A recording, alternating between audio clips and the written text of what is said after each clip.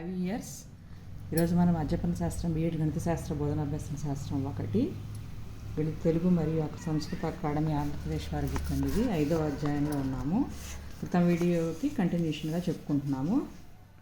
ఇందులో డిజిటల్ వనరులు, మల్టీమీడియా వనరులు, ఇంకా ఆ విధంగా చెప్పుకుంటున్నాము. ఆన్లైన్ రిసోర్సెస్, ఐసీటీ ఆధారిత బోధనా సాధనాలు, జియోజీబ్రా వరకు చెప్పుకున్నాము. ఇంకా ఈక్వేషన్ ఎడిటరు, ఎన్ఎల్విఎం, ఇల్యూమినేషన్ ఏ విధంగా చేస్తారనేవి, దీనివల్ల విద్యార్థులకు ఉపయోగాలు ఏంటి అంతవరకు చెప్పుకున్నాం. నెక్స్ట్ కంటిన్యూషన్గా సార్వత్రిక విద్యా వనరుల గురించి చెప్పుకోబోతున్నామండి. అదే open educational resources, OER. So ప్రతి లైన్ కూడా మనకి క్షుణ్ణంగా నేర్చుకోవాలండి.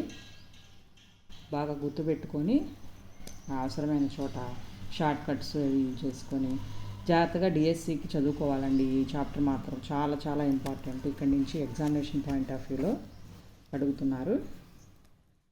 చూడండి. నెక్స్ట్ బోధనాభ్యసన అభివృద్ధి పరిశోధన అవసరాలకు ఉపయోగించి అనుకరించే ఉచితంగా బహిరంగంగా అందించబడే విషయ సామాగ్రి ఉచితంగా అందిస్తున్నారు కాబట్టి దాన్ని సార్వత్రిక విద్యా వనరులు అంటారు అని చెప్పింది ఎవరండి? Commonwealth of learning.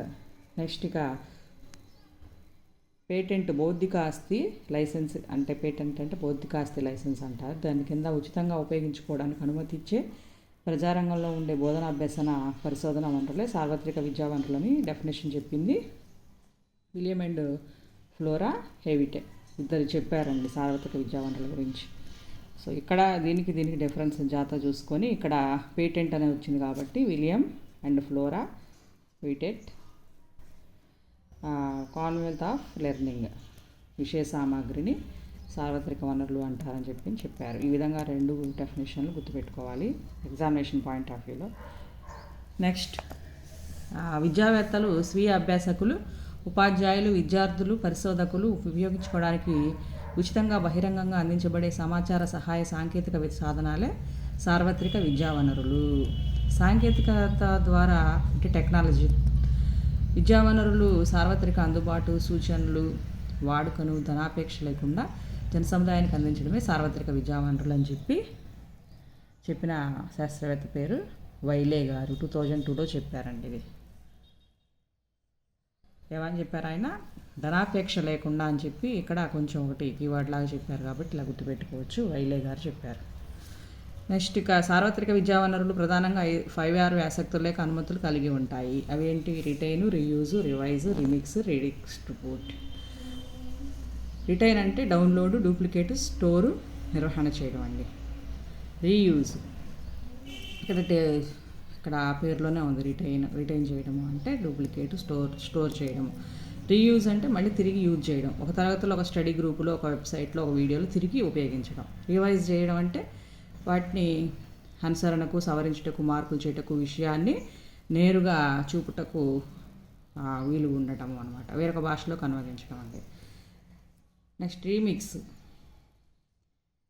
రీమిక్స్ చేయడం అంటే మూలంలోని విషయాన్ని పునర్విమర్శ చేసి రివైజు, మార్చిన విషయాన్ని కలగలుపుతాం. ఇక్కడ కలగలిపి నూతనంగా విషయాన్ని చూపడం. రీడిస్ట్రిబ్యూట్ అంటే మూలంలో విషయము పునర్విమర్శ చేస్తాం, మళ్ళీ చేసి మార్చిన విషయం, రీమిక్స్ చేసిన విషయం తాలూకు ప్రతులను షేర్ చేయడం అనమాట. డిస్ట్రిబ్యూట్ చేయాలి కాబట్టి షేర్ చేయడం వస్తుందండి. ఇక్కడ ఈ విధంగా మనకి రిటైను, రీయూజు, రివైజు, రీమిక్స్, రీడిస్ట్రిబ్యూట్ అనే 5 వ్యాసక్తులు లేక అనుమతులను కలిగి ఉంటాయి సార్వత్రిక విద్యా వనరులు అనేవి చెప్పుకోవచ్చు. నెక్స్ట్ జాతీయ స్థాయిలో మనకు national open education resources Karnataka రాష్ట్రం నుండి కర్ణాటక ఓపెన్ ఎడ్యుకేషనల్ రిసోర్సెస్ అందుబాటులో ఉన్నాయి. సో ఈ విధంగా ఓఈఆర్ వల్ల మనకి ఓపెన్ ఎడ్యుకేషన్ రిసోర్సెస్ వల్ల ఉపయోగాలు ఏంటి? ఎన్ అంటే నేషనల్, కే అంటే కర్ణాటక. ఈ 2 ఉన్నాయి ఇప్పుడు ప్రస్తుతానికి జాతీయ స్థాయిలో. అసలు ఈ ఓపెన్ ఎడ్యుకేషన్ రిసోర్సెస్ వల్ల ఉపయోగాలు ఏంటి అసలు అంటే లెర్నింగ్ యాక్సెస్ వ్యాప్తి, కోర్సు మెటీరియల్ను సవరణ చేయగల సామర్థ్యము, కోర్సు మెటీరియల్ అభివృద్ధి, సమాచారపు వేగవంతమైన వ్యాప్తి, విద్యార్థులకు ఆర్థిక పొదుపు, ఉపాధ్యాయులకు ఆర్థిక పొదుపు, నాణ్యత పెంపు, ప్రవేశానికి గల అడ్డంకుల తొలగింపు వంటివి కొన్ని ప్రయోజనాలు. అయితే ఈ నాణ్యతపై కానీ విశ్వసనీయతపై కానీ సందేహాలు సాంకేతిక సమస్యల వంటి కొన్ని ప్రతికూలతల్ని గుర్తించాలండి.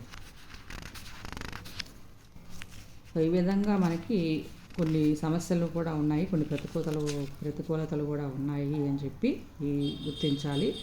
ప్రయోజనాలతో పాటు ఇవి కూడా ఉన్నాయని గుర్తించాలి. నెక్స్ట్ ఇక డిజిటల్ క్లాస్ రూమ్స్ అండి, DCR. వర్చువల్ క్లాస్ రూమ్స్ అంటే VCR. ప్రస్తుతం తెలంగాణ రాష్ట్రం మన టీవీల ద్వారా విద్యా కార్యక్రమాలు రాష్ట్ర వ్యాప్తంగా బోధనా సాధనాలు వినియోగంలో ఉన్నాయి.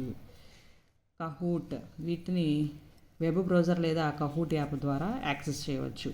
ఇది క్రీడా ఆధారిత అభ్యసన వేదిక. మార్చి 2013లో లాంచ్ చేయబడి 50 మిలియన్లకు మించి యాక్టివ్ యూజర్స్ని నెలవారీగా కలిగి ఉందండి.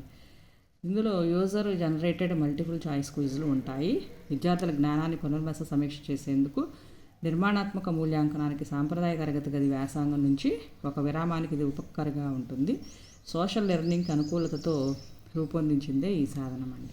అభ్యాసకులు ఒక ఉమ్మడి స్క్రీన్ వద్దకు చేరవచ్చు. ఒక ప్రొజెక్టర్ లేదా కంప్యూటర్ మానిటర్, ఇంటరాక్టివ్ వైట్ బోర్డులు ఏదైనా ఆ ఉమ్మడి స్క్రీన్ కావచ్చు. స్క్రీన్ షేరింగ్ సాధనాలు అనగా స్కైప్, జూమ్ లేదా గూగుల్ హ్యాంగ్ అవుట్స్ ఉపయోగించి కూడా ఈ సైట్ను నిర్వహించవచ్చు. అందులోని గేమ్ ప్లేను ఒక జనరేటెడ్ గేమ్ పిన్తో కనెక్ట్ అవ్వడం ద్వారా ఆడతారనమాట. అందులో ప్రశ్నలు పాయింట్స్ని అవార్డ్ చేస్తాయి.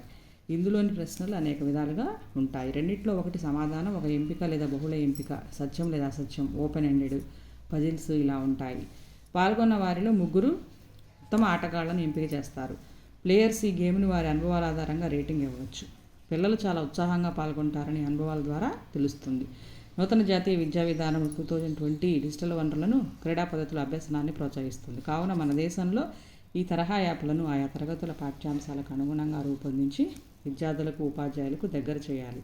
ఇలాంటి కార్యక్రమాల్లో ఉపాధ్యాయుల పాత్ర చాలా చురుకైనదని, ప్రధానమైనదని వారు గుర్తించి ఆధునిక పోకడల్ని సరైన రీతిలో అందిపుచ్చుకోవాలి.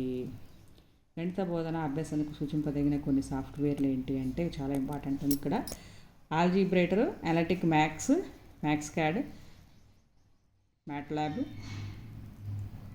స్టాటిస్టికా, మ్యాథ్ బ్లాస్టర్, మైక్రోసాఫ్ట్ మ్యాథమెటిక్స్, ఉబుయాకార్, get the mac, 10 marks education. ఇవన్నీ మ్యాథ్స్ సంబంధించినటువంటి కొన్ని సాఫ్ట్వేర్లు అండి.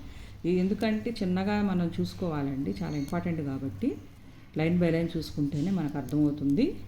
అండ్ ఎగ్జామినేషన్కి చాలా ఇంపార్టెంట్ అండి ఈ టాపిక్ వచ్చి. సో థ్యాంక్ యూ అండి, ఇంతటితో కంప్లీట్ చేస్తున్నాను.